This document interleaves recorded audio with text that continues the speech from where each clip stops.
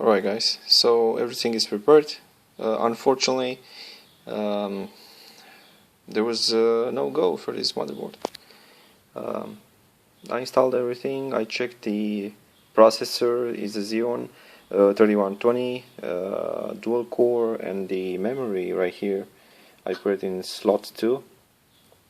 I know very sure that this is fully working memory, and also the power supply.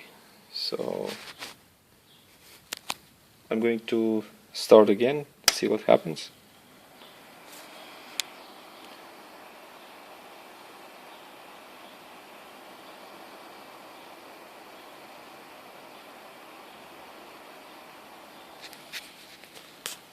And there is no signal, unfortunately.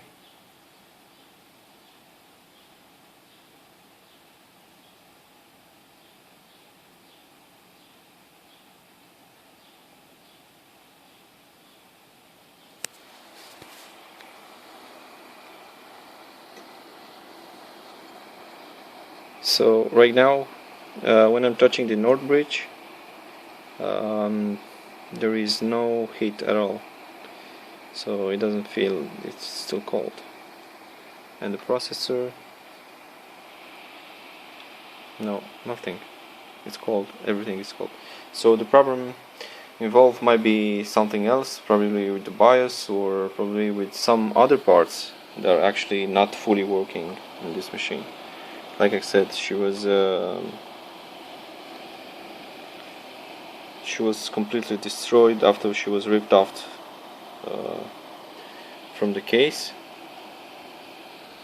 So yeah, anyway, for me it's actually worth trying it, because it's best to try, see how it works. So yeah,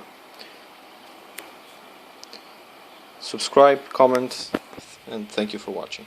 Bye.